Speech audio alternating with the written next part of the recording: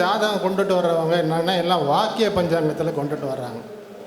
நண்பர் இவரோட சொன்னார், அந்தந்த ஊரில் பஞ்சாங்கத்தை வச்சு பார்ப்பாங்க. ராமநாதபுரம் பஞ்சாங்கம், திருச்சி பஞ்சாங்கன்னு பார்ப்பாங்க. உதாரணத்துக்கு என்னுடைய குருநாதர் வந்து அண்ணாமலை சுவாமிகள் வந்து என்னுடைய நண்பருடைய பையனுக்கு ஜாதகம் எழுதியிருந்தார். அந்த பையன் வந்து மெட்ராஸில் பிறந்தவன். அவர் ராமநாதபுரம் பஞ்சாங்கத்தை வச்சு எழுதியிருக்கார். இது அந்த எழுத்தை பார்த்த உடனே தெரிஞ்சு போச்சு, இது நம்ம குருநாதருடைய எழுத்து அப்படின்ட்டு. நான் வந்து அப்புறம் அந்த பையன்கிட்ட சொன்னேன், அப்பா குருநாதர் வந்து அப்போ இருந்த ராமநாதபுரம் பஞ்சாங்கத்தை வச்சு போட்டிருக்காரு, இது தப்பாக வருது, லக்னமே மாறி வருது, அதனால் இப்போ லேட்டஸ்ட்டாக வந்து திருக்கணிதத்து பிரகாரம் போட்டு தான் நம்ம பலன் சொல்லணும்னு சொல்லி அப்புறம் திருத்தி கொடுத்தேன் நான். ஸோ ஜோதிடர்கள் எல்லாருமே வந்து இந்த பெரிய சங்கராச்சாரியார் என்ன சொல்லியிருக்காரு, நம்ம வந்து திருக்கணிதத்தை தான் யூஸ் பண்ணணும். கோவில்களுக்கு அந்த பூஜைக்காக தான் அந்தந்த கோவில் பஞ்சாங்கங்களை பயன்படுத்துகிறோம்னு அவர் சொல்லியிருக்கார். அவர் பெரிய சஜஸ் போட்டு அதில் சொல்லியிருக்கார். அதனால் தயவுசெய்து எல்லாருமே வந்து திருக்கணிதத்தில் போங்க. அதுக்கு உறுதுணையாக நம்ம நண்பருடைய சாஃப்ட்வேர் இருக்குது. அதனால் பழைய பிரகாரம் அதே மாதிரியே அந்த பழைய இதிலே போய்கிட்டு இருக்காதிங்க, அட்வான்ஸாக போங்க. அவர் சொன்னார் கண்டினியூஸ் லேர்னிங் வேணும்னு சொல்லி. இந்த கண்டினியூஸ் லேர்னிங் இருந்தால் தான் நம்ம வந்து வாழ்க்கையில் சக்ஸஸ்ஃபுல்லாக ஆக முடியும். இப்போ எனக்கு வந்து இப்போ என்னோடய வயசு வந்து 78 நடக்குது எனக்கு. இப்போவும் நான் புஸ்தகம் வாங்கி படிச்சுட்டு தான் இருக்கேன். அவருடைய திருப்பூர் கோபாலகிருஷ்ணன் புக்குங்க, KN ராவ், BV ராமன், இதெல்லாம் என்கிட்ட ஒரு பெரிய லைப்ரரியே இருக்குது.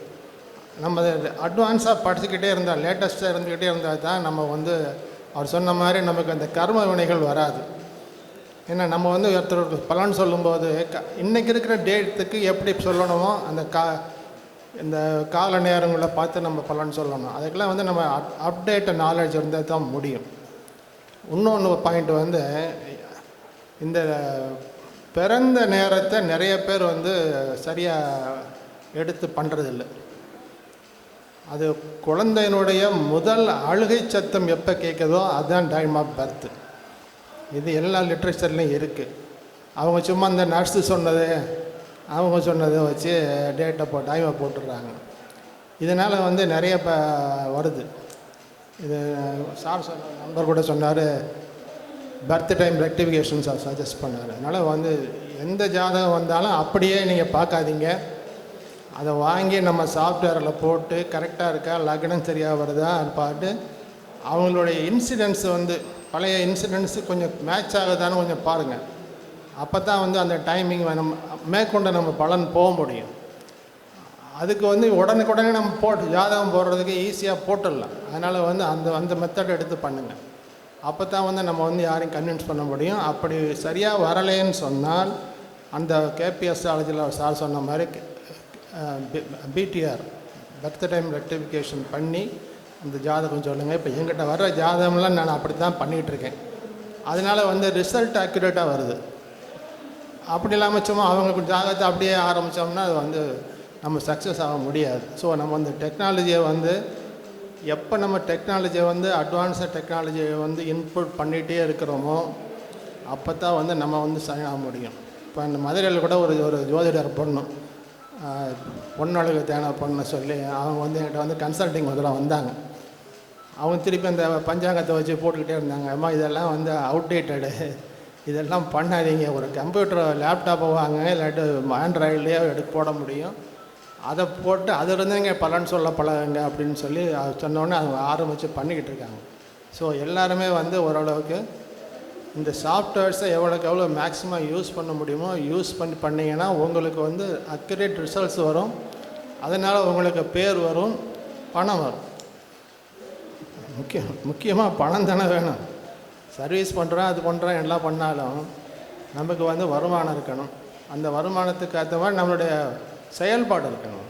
அப்போ தான் வந்து நம்ம வந்து வாழ்க்கையில் ஜெயிக்க முடியும். நண்பர்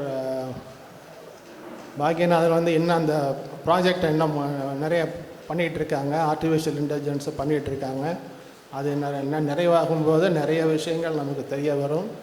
அது மென்மேலும் அதில் அவரை ஊக்குவித்து இந்த இன்னொரு பாயிண்ட்டை நான் சொல்லாமா, ஒரு சஜஷன் தான். சரி, நம்ம ஒரு கம்யூனிட்டி மாதிரி நம்ம வச்சுக்கிட்டு சாருக்கு ஏதாச்சும் ஒரு ஜாதகங்கள் வருதுன்னு சொன்னால் அது ஷேர் பண்ணலாம். நெட்டில் போட்டு ஒரு 10 பேர் உட்காந்து ஆராய்ச்சி பண்ணுங்க அப்படின்னா, இதில் ஒவ்வொருத்தருக்கும் ஒவ்வொரு குரு இருப்பாங்க. எல்லாத்துக்கும் ஒவ்வொரு குரு இருப்பாங்க. அந்த குரு வந்து ஒவ்வொரு வழியில் வந்து சொல்லி கொடுத்துருப்பாங்க. ஸோ அங்கே வழியில் வந்து ஒரு பலன் சொல்லுவாங்க. ஸோ அந்த பலன்கள் எல்லாம் சேர்த்து சொன்னோம்னாக்கும் அது ஒரு எஃபெக்டிவாக இருக்கணுங்கிறது என்னுடைய சஜஷன். இதை கொஞ்சம் எல்லாம் கன்சிடர் பண்ணுங்கள். ஏன்னா தனி மரம் தோப்பாகாது, தனியாக நம்ம வந்து ஜெயிக்க முடியாது.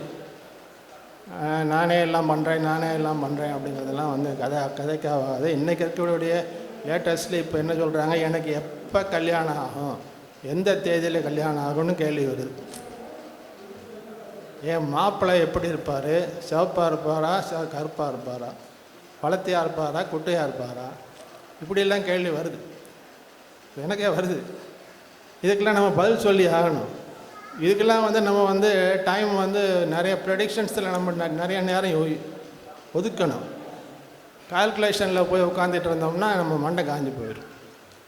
அதனால் இப்போ எல்லாமே அப்டேஷனில் வந்து இப்போ இந்த நிறைய பொண்ணுங்க கேட்குறாங்க, எனக்கு என்னைக்கு கல்யாணம் ஆகும், தேதி சொல்லுங்கள், கிழமை சொல்லுங்கள், என்ன மாப்பிள்ளை எப்படி இருப்பார், எல்லாம் கேட்குறாங்க. அதே மாதிரி பையங்கள் அந்த மாதிரி தான் கேட்குறாங்க. ஸோ இப்போ எல்லாம் அட்வான்ஸ் அவங்களும் வந்து திங்க் பண்ணுறாங்க. எல்லாமே ஐடி கம்பெனியில் போயிட்டு எல்லாம் தே ஆர் நாலெட்ஜபிள். ஸோ நம்மகிட்ட கேள்வியை வந்து இந்த மாதிரி கேள்வியை தான் கேட்குறாங்க. அதுக்கெல்லாம் நம்ம தயாராகணும். இதுக்கெல்லாம் தயாராகணும்னா நம்மளுடைய நம்மளோட மேத்தமெட்டிக்ஸ் கரெக்டாக இருக்கணும். மேத்தமெட்டிக்ஸ் கரெக்டாக இருந்தால் தான் நம்ம வந்து பலன் வந்து கரெக்டாக சொல்ல முடியும். இந்த எல்லாரையும் சேர்த்து வச்சு செய்யக்கூடிய ஒரு பணியை வந்து நண்பருக்கு ரிக்வஸ்ட் பண்ணுறேன். அதை பற்றி கன்சிடர் பண்ணுங்கள். இந்த முயற்சி மென்மேலும் நல்லபடியாக வளர என்னுடைய மனமார்ந்த வாழ்த்துக்கள். எல்லாருக்கும் நன்றி. வணக்கம்.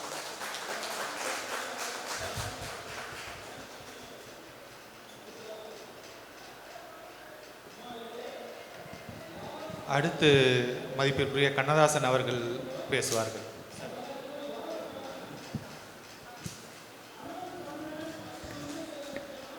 தாய் தந்தையருக்கு வணக்கம். அனைத்து தெய்வங்களுக்கும் வணக்கம். சபையோருக்கும் வணக்கம். திரு பாக்கியநாதன் சார் அவர்களுக்கும் வணக்கம். நான் பாண்டிச்சேரி கண்ணதாசன்.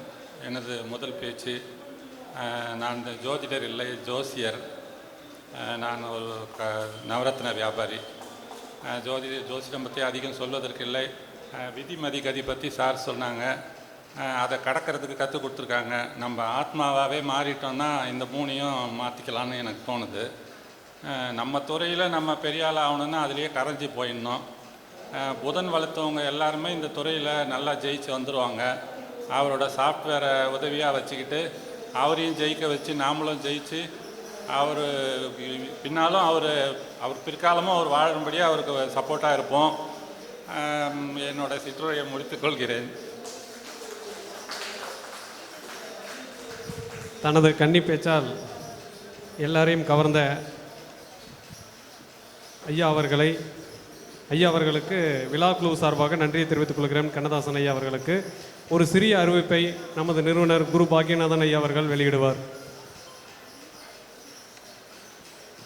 நம்முடைய மரியாதைக்குரிய மடாதிபதி அவர்கள் வந்திருந்தப்ப இங்கே ஆசீர்வாதம் வழங்கியிருந்தப்ப என்கிட்ட சொன்னாங்க, நம்ம மடத்தில் திருவாசக புத்தகம் சலுகை விலையில் கொடுத்துருக்குறோம், அதை எல்லாரும் வாங்கி பயனடையுமாறு சொல்லுங்கள் அப்படின்னு சொல்லியிருந்தாங்க. திருவாசக புத்தகம் 30 ரூபாய்க்கு பெரிய புக். இங்கே பாருங்கள், இவ்வளோ பெரிய புக்கு இருக்குது. அதுக்கப்புறம் நலம் தரும் திருப்புகழ் அப்படின்ற ஒரு புத்தகம் இருக்குது. அது ஒரு 100 ரூபாய் அளவில் போட்டிருக்கிறாங்க. அந்த மடத்தின் சார்பாக அந்த புத்தகங்கள் அங்கு வைக்கப்பட்டிருக்கின்றன. நண்பர்கள் இந்த புத்தகங்களை வாங்கி பயனடையுமாறு அன்புடன் கேட்டுக்கொள்கிறேன். அதுக்கப்புறம் நம்ம இந்த விதிமதி கதி அப்படின்ற ஒரு டைட்டிலில் உங்கள் எல்லாருக்கும் ஒரு பேப்பர் டிஸ்ட்ரிபியூட் பண்ணியிருப்போம். அந்த பேப்பரில் உங்களுடைய விதி மதி கதியை பற்றின ஒரு கொஸ்டினர் கொடுத்துருக்குறோம். அந்த கொஸ்டினரில் உங்களுடைய கருத்துக்களை பதிவு செய்யுங்க. இதோட நோக்கம் என்னென்னா, இங்கே வந்திருக்கிறவங்க கிட்ட ஒரு போல், ஒரு கருத்து கணிப்பு தான் இது. எத்தனை பேர் விதிப்படி தான் நடக்கும், நம்ம என்ன பண்ணாலும் எதுவுமே மாறாதுன்னு நினைக்கிறீங்க அப்படின்றத நீங்கள் ஆணித்தரமாக பதிவு செய்யுங்க. இல்லை விதியை மதியால் மாற்றலாம் அப்படின்னா, அப்படி நீங்கள் நினச்சிங்கன்னா அந்த இடத்துல நீங்கள் டிக் பண்ணுங்கள். இல்லை விதியும் கெட்டு போய் மதியம் கெட்டு போய் இருந்தால் கூட கதி இருந்துச்சுன்னா, ஆத்ம பலம் இருந்துச்சுன்னா நீங்கள் ஜெயிக்க முடியும்னு ஃபீல் பண்ணீங்கன்னா அதையும் நீங்கள் கருத்துக்களை பதிவு பண்ணுங்கள்.